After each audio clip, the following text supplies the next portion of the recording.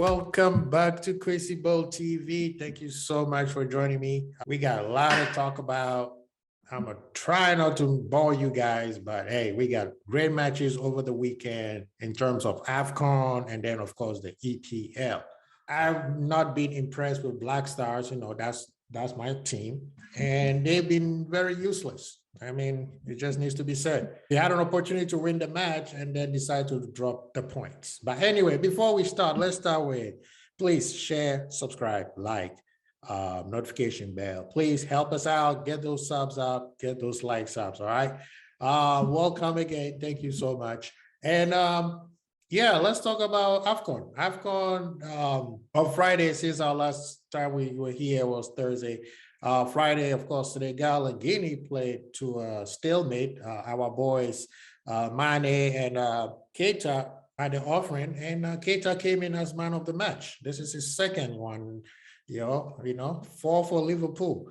Malawi beat Zimbabwe 2-1. Morocco beat Comoros Island, and Gabon and Ghana 1-1, which for the Ghana group, that makes it like Morocco has to do a favor to Ghana by beating Gabon, and then Ghana has to beat Comoros by at least 3-0. Otherwise, we are out. And the way things are going, I don't see anything happening. It's over for Black Stars. It's time for the rebuild. Nigeria Super Eagles came up and beat up Sudan 3-1. That was a pretty entertaining match. I watched it. Nigeria is starting to show their stuff. They're playing very, very well. I'm impressed. They are now with Nigeria, Cameroon. Those two are starting to gear up to look at a very fantastic matchup. Guinea-Bissau lost to the Pharaohs. Mohamed Salah scored the only goal in the 70th minute. And of course, today's matches, we had Gambia 1-1 with Mali. They both scored on penalties apiece. Ivory Coast 2-2 to Sierra Leone, which was interesting. I thought Ivory Coast had this match.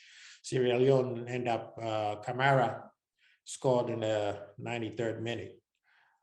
Tunisia beat up Mauritania. That was expected. And the surprising match so far is Equatorial Guinea beating Algeria by 1-0. All behind score in the 70th minute. That is a surprise Cinderella story so far with this tournament. And people said this was a boring tournament. There's so much drama going on in the AFCON right now that it's amazing. People need to pay attention and watch those matches, Shout out to Ian Wright for, showing love to AFCON. And before we move on, tomorrow, Burkina Faso and Ethiopia will play, and then Cape Verde and Cameroon will play. Right now, Cameroon has already qualified, so they don't really need to exert that much energy. Like I said, these matches has been very entertaining. I like what I see. Some of them are a little bit on the boring side, but the good ones are extremely entertaining. The drama, I just keep coming. No one expected this ref blowing it in 5 minutes early and then 2 minutes early. I mean, there's so much stuff going on. Please keep watching, keep supporting the AFCON. There's a lot of exciting games going on. Anyway, now we move on to the EPL. Let me do a rundown quick of the matches so far, because there's also other matches coming up soon, I guess starting on Tuesday, right? Of course, Friday, we had the Brighton Crystal Palace, which ended up a stalemate 1-1. City showed their dominance over Chelsea. We will talk about that a little bit more. Newcastle 1-1 with Watford. Norwich 2-1 to Everton. That cost Rafa his job this morning. He's out of there. Thank you, Agent 005. Wolves 3-1 Southampton. That was a pretty exciting match. I'm surprised. Wolves, who barely scored goals, are now scored 3 goals. What's going on, Southampton? Aston Villa and Man U. That was a very exciting match. Up to that week, I had a front face, a whole long sad face because of our Thursday match with Arsenal. But of course, when Man U plays like crap and they always do something bad, that brings a smile to my face. Thank you so well, the boy, little magician, Monsieur Coutinho. Today, Liverpool 3-0 at Anfield versus Brentford. We'll discuss more about that. West Ham 2, Leeds 3. That was an exciting match. That was extremely, extremely exciting match. We'll come back for the rest of the matches towards the week. But anyway, let's talk about the Liverpool match, which was pretty exciting. Okay, I'm stretching the word exciting. It was a professional performance by Liverpool. I thought the first 30 minutes we were doing nothing. The last 15 of the first half, yeah, it was actually the first half we didn't do nothing. We were just cordial. Nothing was happening. Second half we picked it up a little bit more. Even though our first goal from Fabinho came in the first half towards the dying minute, we needed that. That was a much needed goal.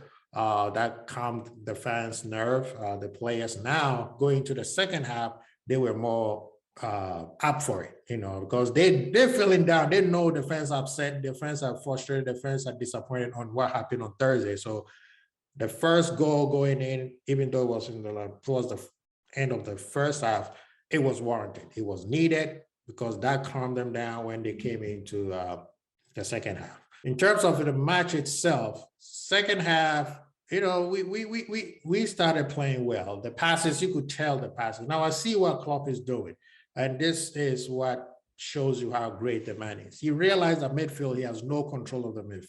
First of all, the lineup was the lineman that should have shown up against Arsenal, but he decided not to do that. It was a very, very well-planned play in terms of how Liverpool was moving the ball.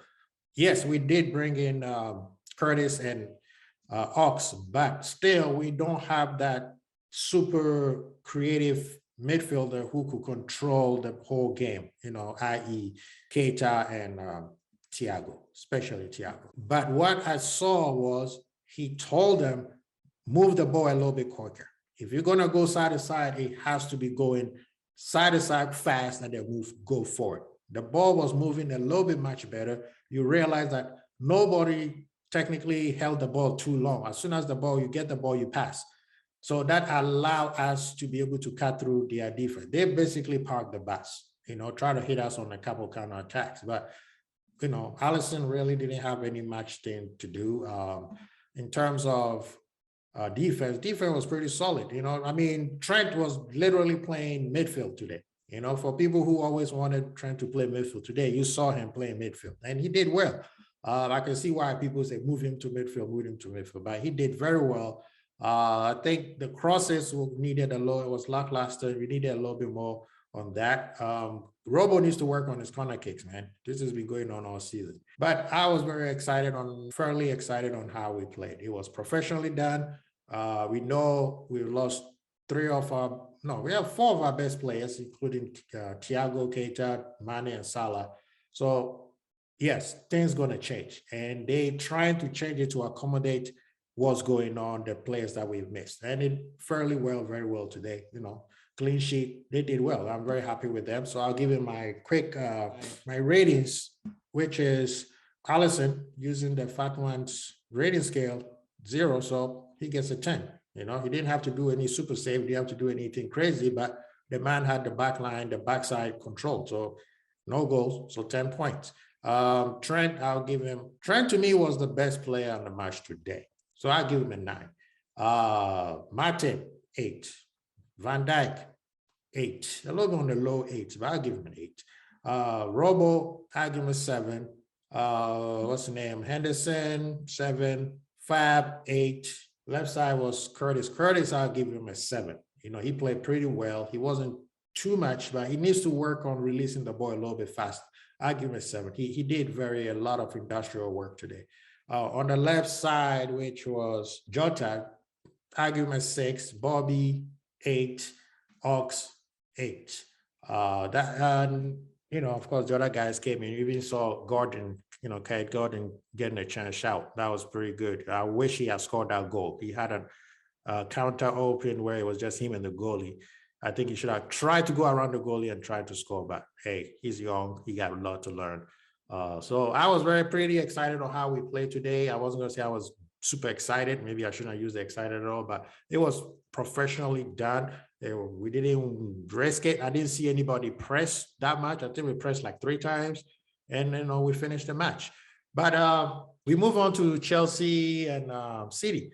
Yeah, City just did what City does. They basically waited Chelsea out, and then magic from KDB. Who else do you expect? The goal was sick. Went around the corner, bending around the corner, and came in right into the net. By the time the goalie saw it, the ball is already going in. They played the game itself. It looked like Chelsea had something, but they didn't have a final third.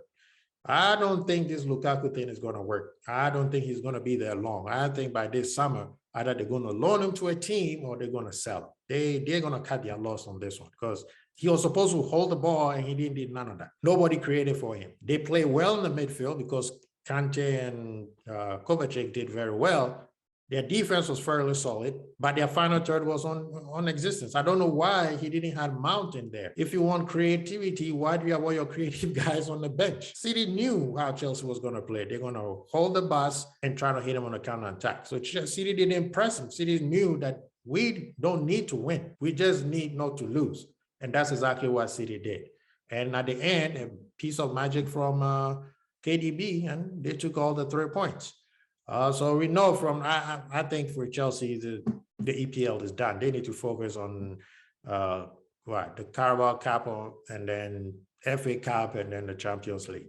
In terms of the EPL, you're not catching them. In terms of Liverpool catching City, there's a minuscule chance that we can. And I like what Klopp has been saying now. We write our own destiny. We write our own story. And the story is not over yet.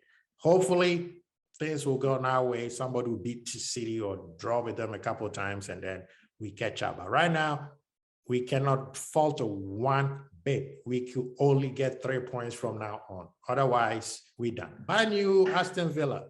Man U started well. The first 15 minutes, they play well. And then all of a sudden, they scored the first goal. Martinez, what were you thinking? How'd the ball go through you? You are one of the best goalies in the league, and you let that goal go in. That was not bueno at all. Second goal, Bruno Fernandes, that was a great shot. I think Man U, in the match, you could say about 30 minutes, they were playing well. You could see if Ragnick has his players, what type of game he's going to play. I don't care if he gets his players, but I don't think that type of system that he's trying to play is going to win him anything because people will figure them out pretty quick. The 4-2-2-2, it's not going to work in the EPL. I know there was only one team that did it, well, City, and if they decided to change to 4-3-3. So I don't think that is going to work even if he gets his players. But I saw the 30 minutes that what it can do. Eventually, what Stephen G. Smart started making some changes and then brought Coutinho in, and then the pressure was on Man U. They couldn't deal with the pressure. Champions League, Varane could not even mobilize his defense to deal with it, or the midfield. Yeah, they are in trouble. And Man U fans, listen, you need to blow this thing up and rebuild from scratch. Even if it's going to take you 5 years, rebuild it from scratch. Buying players is not going to do it. Right now, I can tell you, Sancho, Greenwood, Rashford, they're just wasting their time right now. They're just going to be part of the rebuild. They will probably never see the fruits of their labor. I can say they are like Sturridge with Liverpool. At least Sturridge won Champions League. You know, he was a big part of it. He won the Champions League. But in terms of Man U, Greenwood, Sancho, and those guys, the way things are going, you guys will just be the rebuild, and then somebody else will come in and win something. But right now, oh yeah, that 30 years is coming, y'all. Anyway, guys, thank you so much. But before we leave, I know there's a couple matches tomorrow. It's a few matches this week. This week is full of football. We got Burkina Faso in Ethiopia, and then Cape Verde and Cameroon. And also, in terms of EPL, on Tuesday, we got Burnley, Watford, Brighton, Chelsea, and that's a banana peel for Chelsea. Leicester and Spurs on Wednesday, Brentford and Man U. And like I said, that also it's a banana peel for Man U. Because if they lose this one, their top 4 is over. Although West Ham did draw some points. We shall see what's going on. But anyway, people, thank you so much. I appreciate you all joining me.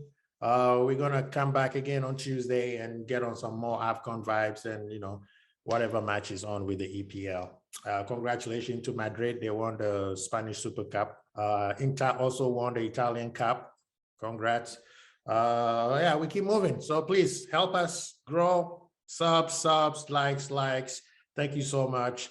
Archie, Crazy Bowl, Bears.